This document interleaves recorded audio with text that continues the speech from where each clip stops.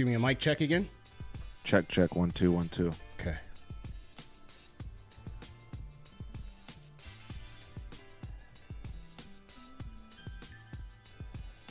Okay. All right. I think we're pretty much good to go here. All right, let's run it back from the top, man. All right, here we go. Salute to Knicks Nation on this Wednesday evening. Another edition of KFTV Live. This is the quarter season report.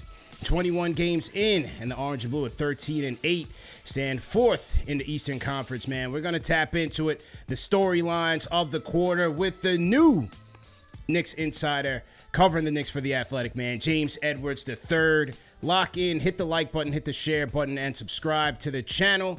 And also, call us up, man, 657-383-1509, or you can hit us up on the KFTV Discord.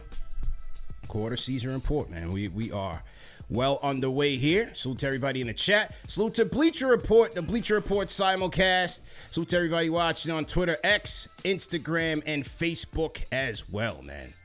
Back live, and we are live everywhere. And so some people in the chat said, wait a minute, that's not Fred. No, it is not Fred. but we have a good explanation here. Shout out to our guy, Fred Katz, friend of the program. Had a last-minute emergency. Shout out to Fred. He called me, and just like the stand-up guy that Matthew is, he said, you know what? My bad for rescheduling. I got my guy, James Edwards. And I say, you know what? I've wanted to talk to James anyway, so I appreciate the alley-oop. So shout out to Fred for making this happen and bringing you on earlier, man. And welcome to the show, man. Shout out to Fred. Casey, appreciate you having me, man. Big fan of what you do. Fred speaks very highly of you. I've checked some stuff out. You do a great show. No, appreciate it. I've had the murderer's row of podcasts and shows today. I did SNY earlier. Yep. Shout out our guy Ian Begley for sure. Yep. I did Macri show, and now I'm doing with you. So listen, if I'm not indoctrinated now into the Knicks world, I don't know what else is. That's it, man. And you came to the place. You did the right ones, the trifecta. Begley, Macri, and then close it out on KFTV, man. So like you said, yes, you had an action-packed day. How's your experience been on the beat, man? You know, you came over from the Pistons beat with The Athletic. How's your experience been so far? It's been good, man. The fans have been very welcoming. I enjoy living here. Great food, great people, a lot to do. Covering the team it's obviously a little different than in Detroit for many reasons. The Knicks have been known not being the most media-friendly team. Detroit's been the opposite, like they're one of the best. So there's ways I've had to navigate that and kind of find my footing in that way. But I think I've been happy with the stuff I've been doing. The locker room's a good group of guys. It's a good group of people in the organization. So everything's been fine. Starting to feel like home, which is big for me. Yeah, no question. And, you know, thinking of this Knicks team as I've been covering them for, this is my 8th year now covering them formally, but as a fan, 30. Right. Seeing the reverse identity, if you will, with this team, because their bread and butter has always been defense, tenacity, all that. And now you have an offensive juggernaut. Number one in the league. Cat has just opened things up for these guys. Jalen Brunson, career high in assists. Josh Hart doing the damn thing. I mean, it's beautiful basketball to see when this offense is clicking and to see how each person makes the other better and how the spacing is making all these guys better. I mean, what's been your vantage point watching these guys from practice through the games? Yeah, I think you hit the nail on the head. They have two stars in Brunson and Cat who play off each other well, right? Obviously, Brunson great in the pick and roll. I think he's evolved as a passer. Obviously, I've always watched his game, but from a distance, now seeing it each and every day, it feels like there's reads that he wasn't necessarily making in the past. Not that he couldn't make them, but just kind of what the Knicks need from him now. And I think he's doing a good job of finding that balance between getting his and getting others involved. And obviously, Cat's one of the greatest shooting big men of all time. He's figuring out the spacing with that group. But one thing Jalen always talks about and how he grew up learning the game is being a star in your role. Yeah. And if you look at Hart, Anunoby, and Mikal Bridges, those are three of the best. And I hate to just it sounds like I'm underselling them by calling them role players, right? Yeah. But they are three of the best complementary players in basketball. And so you're not really surprised that this Knicks offense has taken off the way it has. I mean, you build your foundation, your fulcrum around Brunson and Cat. You have cutters and the other three, and they're all three. In Bridges' case, he's shooting better from the corners than anywhere else, but they're shooting well as kick out options, right? So the offense makes sense, and Tibbs has an offense and knows how to generate good offense. He's had top 5 offenses everywhere he's gone, from Minnesota to Chicago. I mean, even in New York they had it, right? Like, so he's figuring out a way for this offense to generate good looks, and now they just got to kind of figure out the defensive part, which I think has been a little bit surprising given, again, the type of players that they do have on the wings. But yeah, I'm sure we'll talk about that throughout the show. Yeah, and it's like you said, even in New York, Tibbs did have top 5 offenses, but I always felt like, especially with Brunson and Julius, it was primarily off of, number one, their defense and their rebounding and their ability to stop opponents, but also their ability in isolation to go out there and kill. Now you're seeing more movement. Their assist numbers are through the roof. Never has been in this Tibbs era at all. They've always been at the bottom of the league in terms of assist and passing metrics. This is just different, man. So I think it's great to see Tibbs' evolution as a coach in terms of modernizing this offense, and then Brunson's adjustment to not having to just go out there and get his dinner every night, but having to set guys up, and he's playing brilliant right now. Yeah, no, I think that's a great point. I think you're seeing Jalen get a lot of deep paint touches and a lot of kickouts, and I think that's going a long way. I think you're seeing him hit a lot of pocket passes that I'm not necessarily sure he always had the type of partners to do that with. I think Jalen is having a tremendous season. It obviously started off a little slow, and I think a large part of that was we talked about how this team, coming into the year, how this team was perfect for him and it was built around him. But he also had to change his play style. This is a much different Knicks team, especially in the starting group this year than it was last year, right? Like, he was the focal point of what they had to do last year, and he had to be aggressive scoring the ball for them to succeed. And obviously that's still the case this year, but he doesn't have to work as hard to be as effective, right? Like, there's enough space on the floor, there's enough people around him to I don't like saying take a play off, but he doesn't have to beat himself down to try to get this team a bucket. And I think he's found that perfect balance as the season has gone on. No question about it, and certainly the 2-man game between him and Karl-Anthony Towns continues to improve. And Karl-Anthony Towns, a blockbuster last-minute training camp deal that really shocked this city, man, with the departures of Randall and DiVincenzo. I think at this quarter season mark, the Knicks, because it took the Knicks fans a little while to get over that. Yeah, Julius had a big hive here. DiVincenzo had a big hive here. But the big bodega, Karl-Anthony Towns, is showing you why the Knicks wanted him so badly, and he's just been outstanding so far. Yeah, I mean, we talked about the shooting earlier, right? That goes without saying. We didn't need to see what he could do in New York to mark him as one of the best shooting big men of all time. But what's really impressed me is the rebounding. Yeah. He's averaging over 13 a game, I believe. It's been a few seasons since he's averaged double-digit rebounding, and some of that is because he played with Gobert the last few years in Minnesota. I think it was since Tibbs was there is the last time he averaged these type of numbers or close to it. And I think it says a lot about his ability to adapt. We all saw last year, and even a little bit the year before, him having to change his role and let Anthony Edwards take the driver's seat in Minnesota. For them to reach their potential, and they did. And it's not like he wasn't as involved or anything like that, but it was very clear that there was a new alpha in town.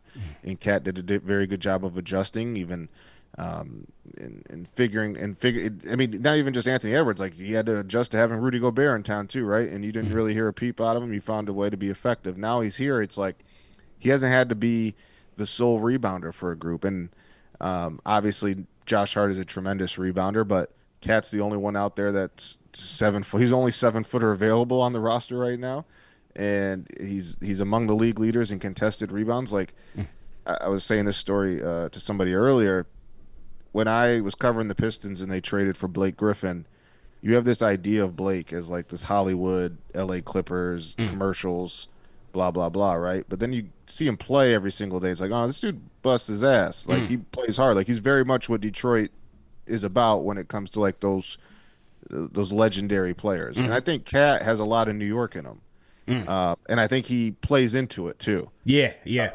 But like the physicality has been there all year, and that's been what's most impressive with me is like he's been getting his hands dirty. Like he's doing as much as he is a finesse player, he's doing a lot of the dirty work. And obviously there's defensive limitations, but I've been very impressed with his passing and his willingness to get guys open looks off his gravity, but also just like he's in there bare knuckles like fighting with some of the nastiest in the block. So Yeah.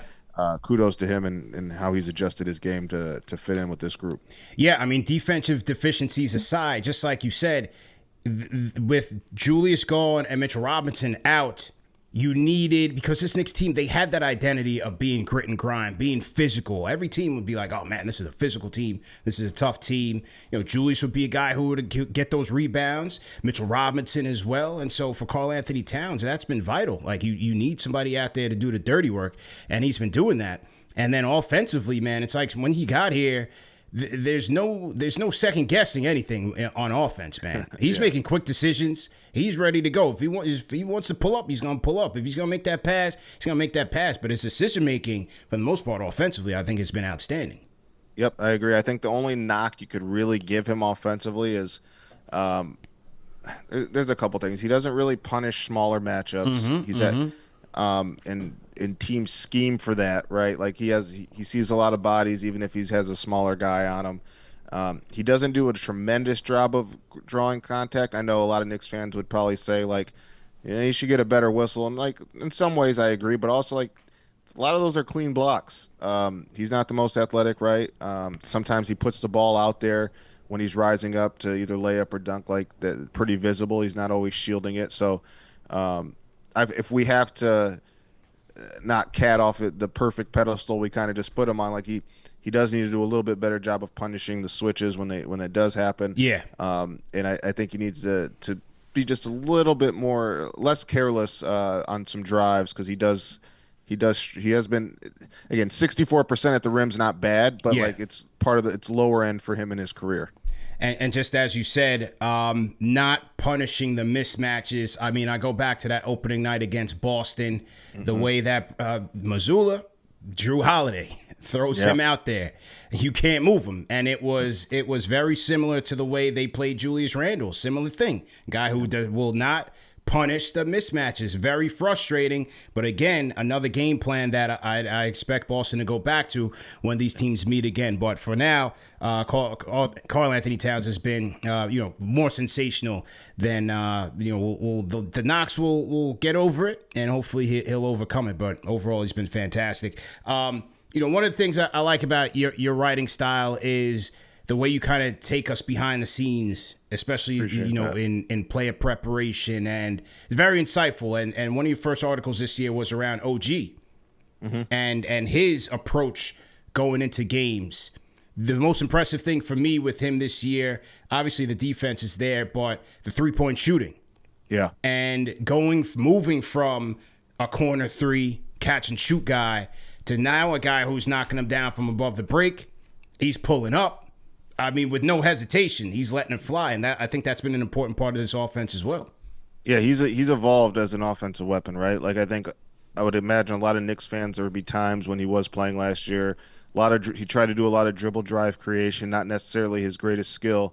And even early on this year, you would see him turn down some slightly open looks for three to try to get a better, whether it's a drive to a mid range or drive to the rim, and I always say turn down a good shot to try to get a great shot, but sometimes a good shot or okay shot is the best shot to get, and he was one of the main culprits with that. But I think as the season has gone on, you're seeing him let it fly a little bit quicker. Like you said, he's shooting more shots from above the break, and he's shooting them at a career clip from that range. And then he's obviously a guy who, because of what he does defensively, his cutting, he's always leading the league in dunks. Just a very effective and efficient player. It's almost like Floyd Mayweather-esque. Like every movement is like it's purposeful. Everything he does is with a purpose. And it's gone a long way. And I think the thing with OG is like he's not doing anything new other than like shooting the three better above the break. He's just doing what people love about OG at almost a maximum level. He's cutting like he always does. He's shooting more and with greater efficiency. He's defending at a high level, as he always does, and it helps him that he plays with other good defenders, right? So OG's just evolving as a player. When you play with other great players, it allows you to enhance what you do best, and I think he's been the main not the main beneficiary of this new roster, but you can make the conversation he's one or two for sure. I think his game has really taken off with this expanded spacing. Big time, big time. And on the opposite side of the wings, a guy who is really getting his New York, baptism, if you will, man. This guy, Mikal Bridges, is quickly realizing that this ain't Brooklyn. This is the big leagues. And you're going to have to bring it every night. He's been my guy even before the Cat trade. I was like, man, I wonder how Mikal Bridges is really going to fit here. I was excited to have him here. Always been a fan of his and wanted the Knicks to draft him. I thought that was an easy pick. What have you made of his roller coaster 20 games so far and trying to adjust with this team? Yeah, our guy Fred wrote a column a few weeks ago just talking about how it's been weird, and we kind of talked through it before he wrote it, and we both agree that that's the best way to put it. It hasn't been bad. It hasn't been good. It's been weird. He's been one of the best mid-range shooters in basketball, right? Like, let's lead with love. He has been. And he's been one of the best corner three-point shooters in basketball, right? But he's been one of the worst above-the-break three-point shooters. He's really struggled at the point of attack defensively, whether it's trying to get through screens, whether it's just isolation stuff. It hasn't been what you would expect for somebody that the team gave up 4 picks for, right? The fact that he's not getting to the free throw line, like the only time he really gets to the rim is when he's cutting. He doesn't really get to the rim off dribble drive attacks. It's just very unique. And I obviously, like you, I've always liked Mikal's game and always thought that he was one of the best 3-and-D non-all-stars in the NBA. When you watch him every single day, it feels like things have changed, right? Like I think the narrative, like he was a tremendous defender in Phoenix, but I think it's been more than just this year where the defense has kind of gone up and down. Like I think there was times in Brooklyn where that was the case too, and he's just a very unique player because I do think that there is a benefit to his style when you get to the playoffs. Like, you just need guys who can make buckets. And he's told me that before I asked him. I'm like, what do you think about, like, people when they say the mid-range is dead? And he's talked about playing with 2 of the greatest mid-range shooters of all time, and CP and KD, and you could even throw Booker in there, right? But in talking about how in the playoffs those shots are valuable if you can hit them at a high clip because defenses are so good and you just need to get a basket. And I agree with him. But I think that if he's – you always have to compare what he was given up for, right? Like, as much as he's been fine for the most part, I think that when you compare it to what he was given up for, you have to really kind of start to judge it based on that. So he's doing some good stuff. Like I said, he's shooting the mid-range at a good clip, and he's shooting from the corner as well, but they didn't trade 4 first-round picks for him to struggle from above the break. They didn't pay that for him to not be a little bit better defensively than he has been. So it's been a weird season, but it's a long season still. So we'll see. Yeah, long season indeed. And I think my whole thing, especially with him, is you got to bring it every night. Like, the offense will come, and I think fans can wait on it, but you can't have zero impact in a game. And I think not to say zero, because obviously these guys are professionals and they're doing their thing, but to your standard, you got to impact the game. Yeah, on a given night. I agree, and there's been too many times this year where he's been a bit invisible. Yeah, and and when I spoke to people close to the team when they were going for the Cat trade, and the emphasis on that, because I'm like, man, where's the rim protection going to come from? Cat's not a great defender, and these guys are like, well, having OG and the best Bridges rim protection is perimeter defense. And they were like, well, look at Boston. I'm like, well, for Boston, all 5 guys defend. Yeah, it's a different beast. Right. On this team, when Brunson and Cat are your more limited defenders, because I do think Brunson he's a smart defender, and that makes up for his physical limitations. Limited's a great word. Limited. Yep. You can't afford another guy in your starting Yes. five to be that limited, because then that negates all the brilliance on the offensive end.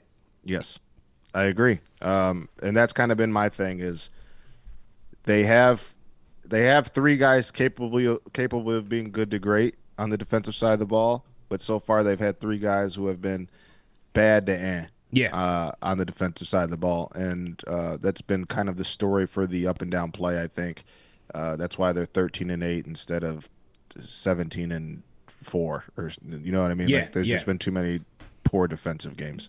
CP the franchise in the building with my guy James Edwards the third, Knicks insider from The Athletic. Salute to everybody watching, man. YouTube, Facebook, Instagram, Bleacher Report, and Twitter X. This is the Mega Cast. Make sure you guys are liking this stream, subscribing to the channels wherever you guys at, and sharing these videos. Number one show for the fans, by the fans. This is the quarter season report.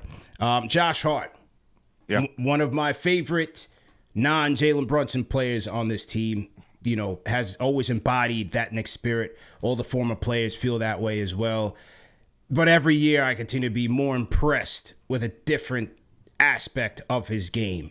You know, playoffs last year when Julius goes down, I mean, this guy's out there, he's knocking down damn near 38% from three.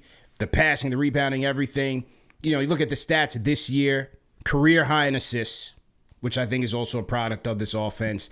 When you mention guys like Bridges and Towns' inability to get to the basket and finish as much as you was like, well, that's where Josh Hart comes into play.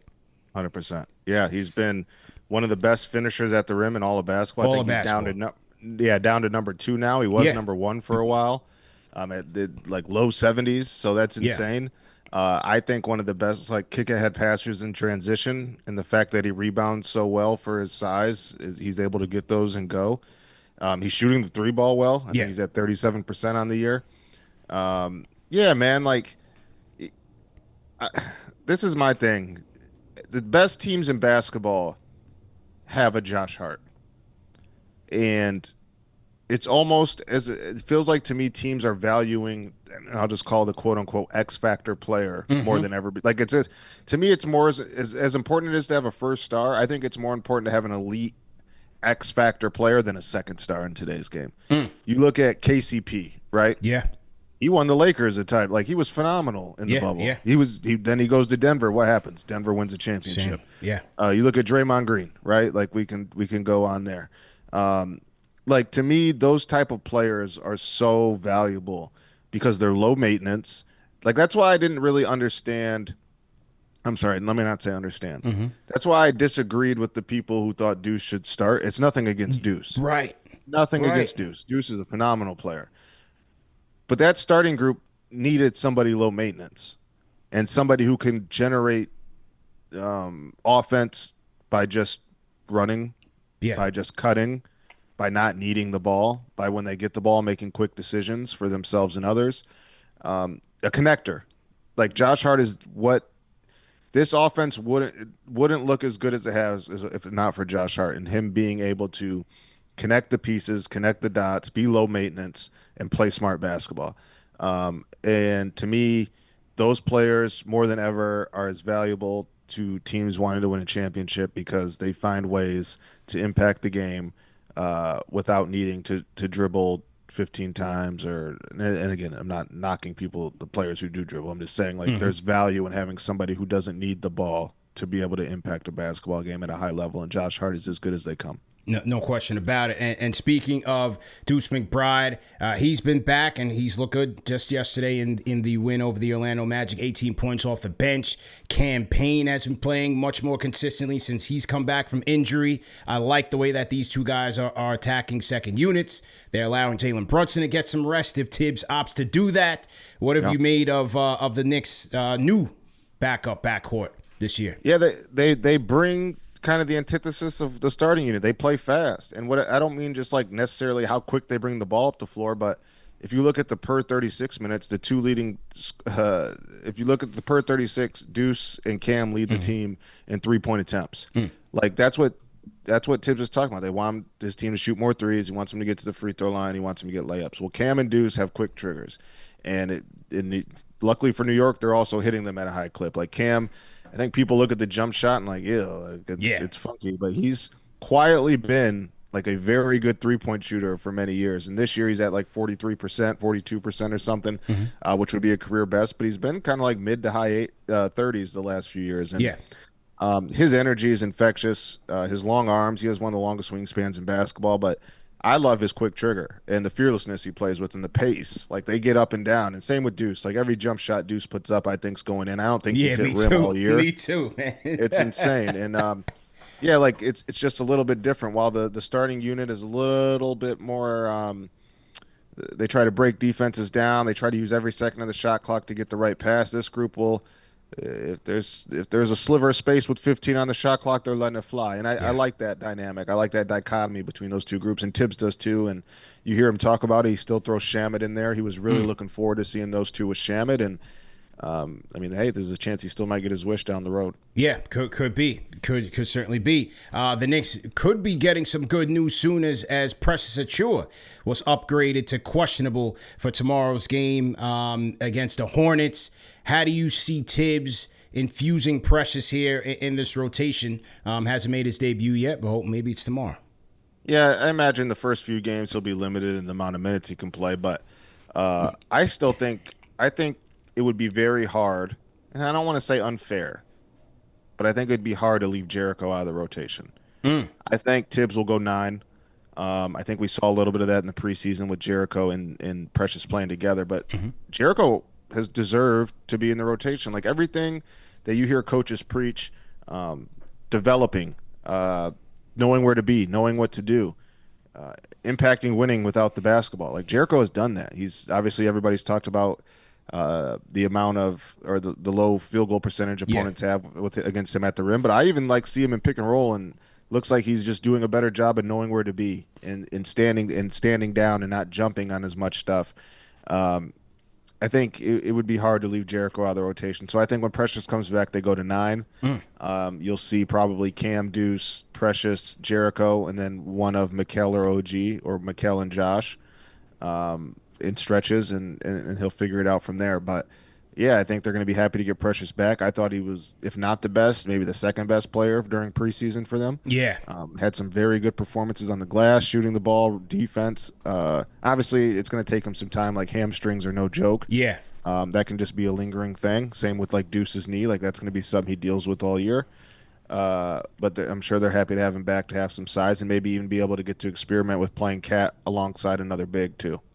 And that's what I've been wondering, because as well as Jericho has been playing, we still haven't seen him and Cat out there together, right? And especially when this Knicks defense gets in trouble, we still haven't seen it. So that's what I'm wondering with Tibbs is like, when Precious comes back, do we see that? And ultimately, if and when Mitchell Robinson comes back, how do they go forward with those two guys? And will we see more two big looks? I think so. I actually asked Tibbs about this the other day. If the reason, I was like, you've been experimenting. He's experimented with the rotation. He's experimented with different coverages and stuff. But we would think of, if we're thinking about Tibbs experimenting, like the media and the fans, the first thing we would think of was like, oh, he'd probably try two bigs first. And as you mentioned, he hasn't even tried that really yet. And part of me thinks he's like keeping something in his back pocket. The ability to like throw out a new wrinkle as the season goes on, and something to work toward the second half of the season as they get ready for the playoffs. Not wanting to show your hand right away, right? And the fact that they have injuries helps that. You don't want to play Jericho and Cat together for long stretches, and those are two guys historically who have had foul trouble issues. So I think getting one of Precious and or Mitch back, obviously Precious coming sooner, will allow them to experiment with that a little bit more. He had mentioned that they had started to work on it in practice, which they had not really practiced a ton over the start of the season.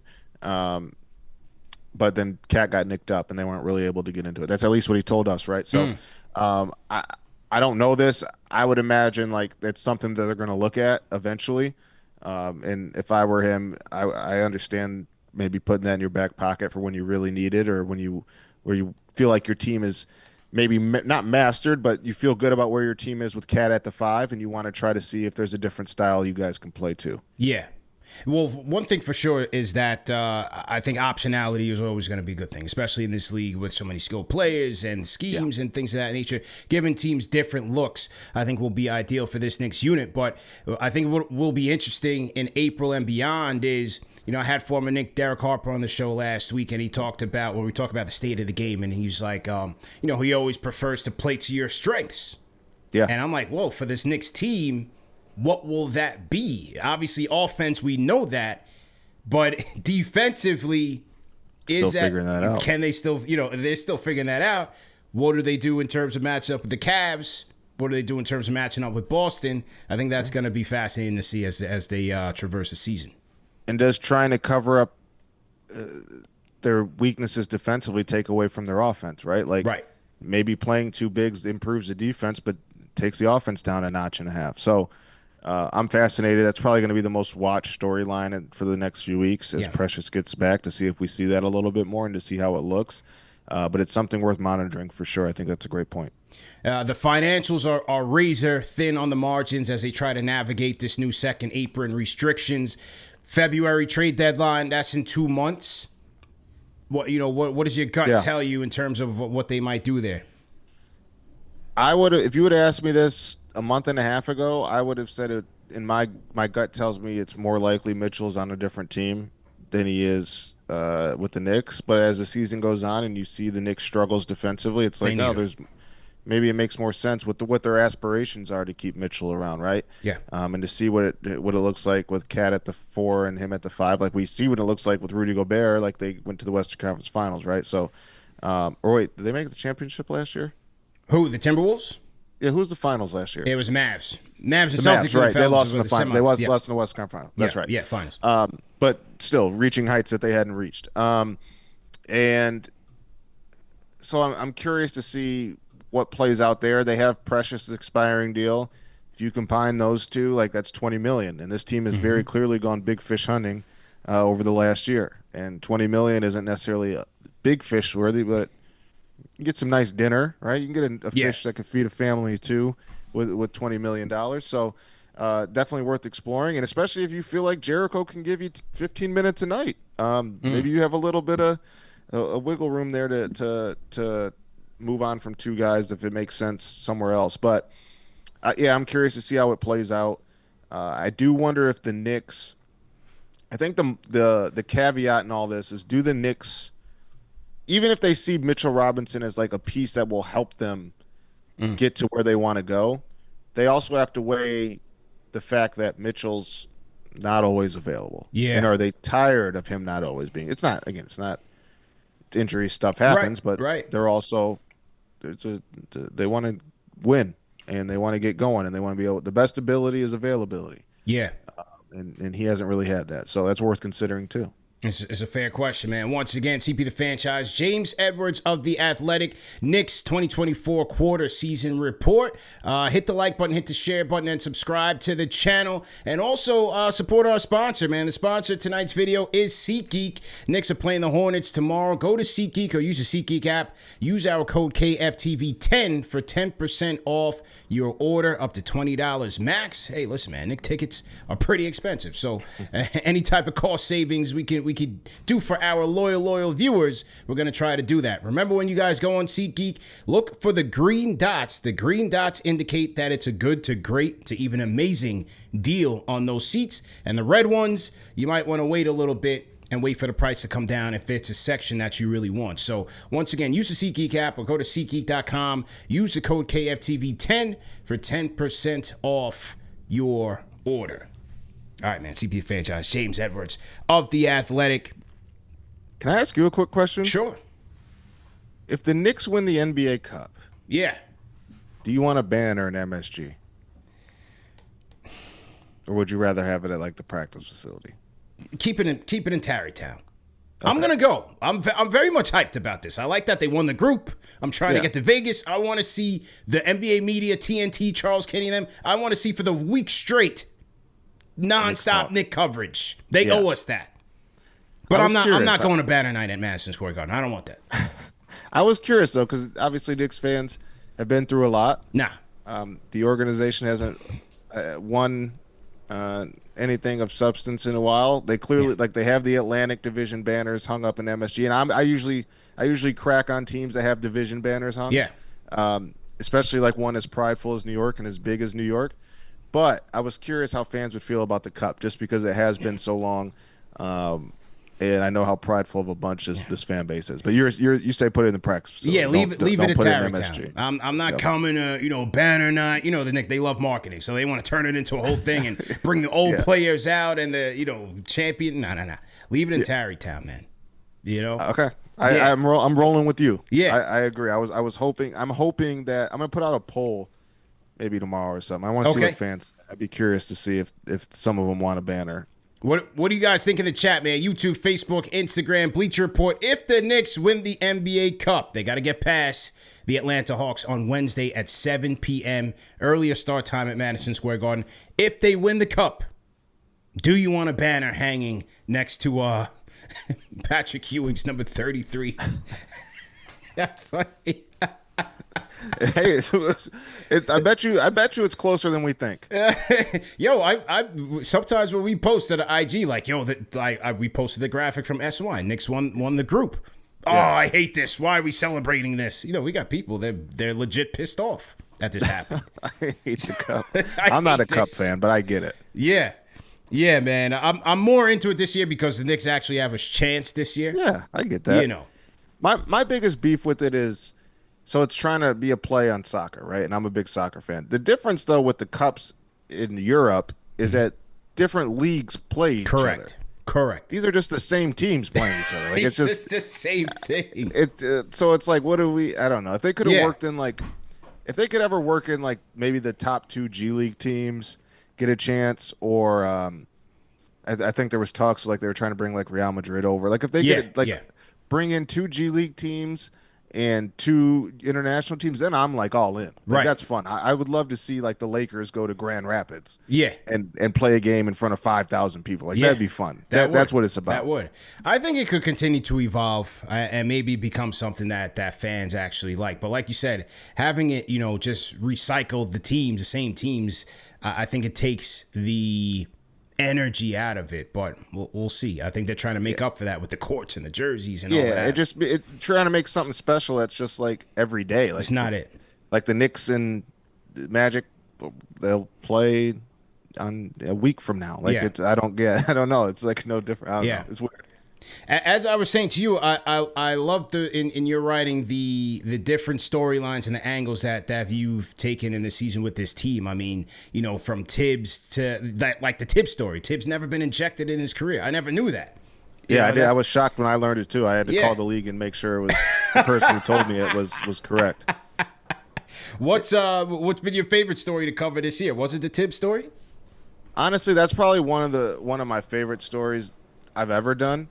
Only because, one, I was able to use the kind of the shock of, wait, Tibbs has never been ejected, to do a profile on Tibbs, told through the eyes of referees, which maybe I've missed. I've never seen a profile on a player coach done through the eyes of referees. So I just thought it was I was happy that I was able to get that done and see that play out. I was very happy about that. I got a lot of man.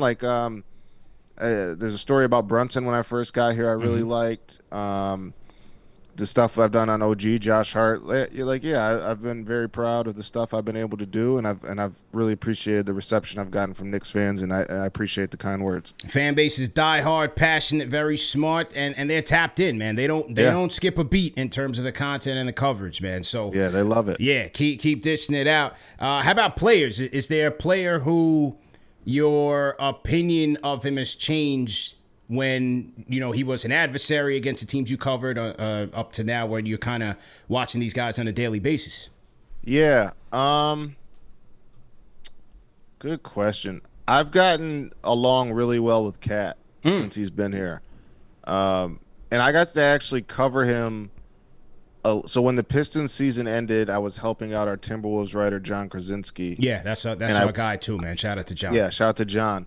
I went out to Phoenix and covered. They had I think games 3 and 4 of Timberwolves Suns, where it was the game, the weekend Finch. I forgot who ran into him when he tore his knee Yeah. on the sideline. So I covered Conley, I those think? 2 games. One of those Yeah, guys, I think yeah. it was one of those 2.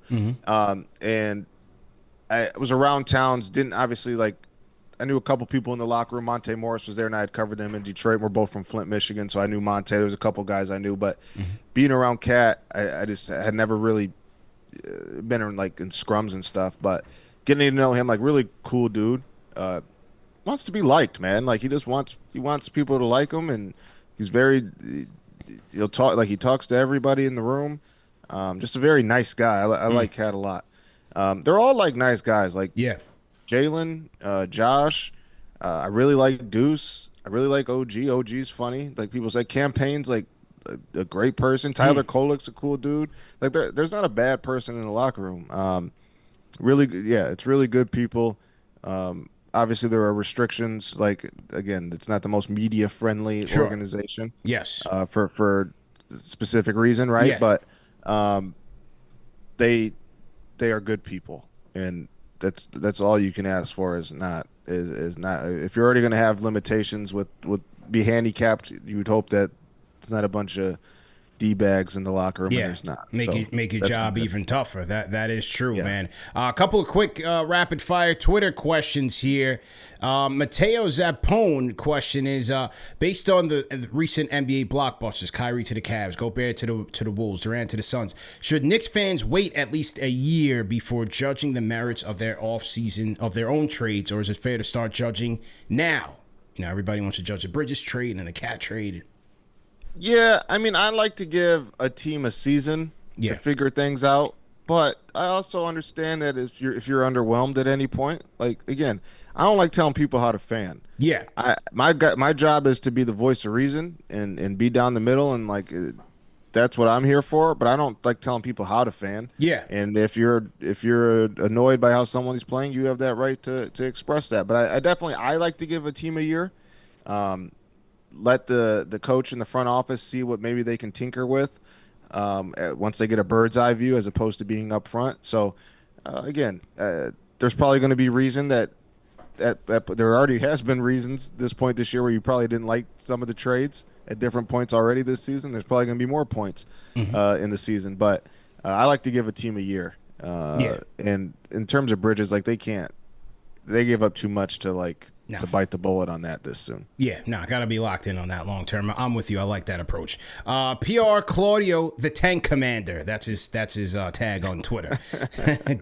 Doink Star. Thankfully, man, we've come a long way, man. Back in the day on KnicksFanTV when we were in the doghouse of the NBA, every year we used to nominate a Tank Commander. You know, it was Emmanuel Mudiay, it was Frank Ntilikina. We would always have one of those guys who was like the star on the bum team.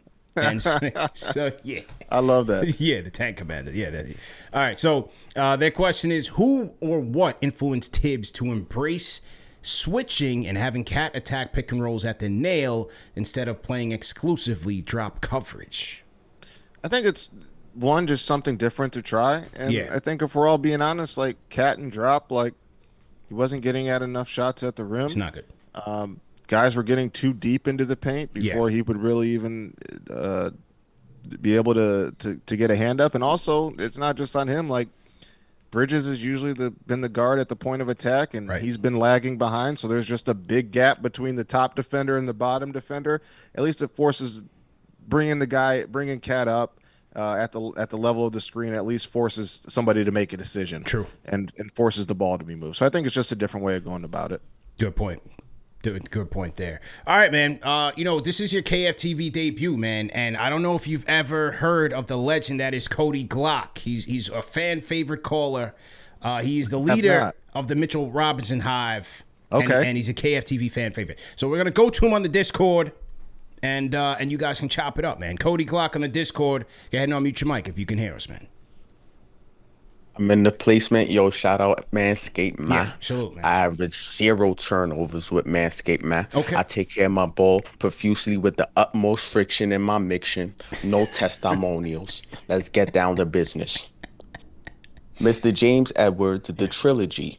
I respect you. Appreciate you, Too much. I seen you on the putback earlier this morning. I consume everything Knicks. Pause, right? So My man. you did your thing on the putback. You feel me? You uttered similar sentiments about the Knicks on this show. So I My agree with guy. everything you saying. I'm watching with a keen eye. Watching with a keen eye, brother. Where My you man. lost me is the Mitch comment. Do you Oh no. think? Do you think Mr. Mitchie No Snitchy, SS Mitchell Robinson, is gonna be a part of this Knicks franchise in the long term? I think you don't. But let me tell you, this guy is the most perfect fit for the New York Knicks as a center, and what we need for right now as a fit. He doesn't fit nowhere else better than the Knicks. I'll say the Pelicans, but the Knicks is where this guy belongs. He's not going nowhere. Who's gonna what? Okay, you said the best ability is availability. I Yes. respect that trilogy. I respect that. But but but Yo, but nobody's listen ever up. called me trilogy. That's hard. I'm That's your new rolling with that. nickname, That's man. It's hard. Yeah, that's trilogy, man. hard. There you That's go. hard. Of course, because only for the best, But My I man. respect it, right? I respect it. But Mitchell Robinson brings to this team what this team is ultimately lacking, and he single-handedly. I don't know if people like to forget this or not. He single-handedly put Evan Mobley and Jarrett Allen in his pocket and won us a series. He did. Jericho Fair. It's Sims, fair. he's so good. He's been doing so good lately. I've been I commend him lately, bro. But he is not doing that. He's not controlling a series on the block like Mitchell Robinson does. And to pair that with Karl Anthony Towns, Mikal Bridges, this new roster we have, this is the guy we need. He's the missing piece. Okay. And for people to be saying that he doesn't fit the long term, he's not gonna be here, I don't get it. Now I'ma stop talking. I'ma let the professionals speak. What do My you have man. to say to that, my man? Shout out to the I Glockster, man. appreciate. Good, I James. love that dude. That's funny as hell.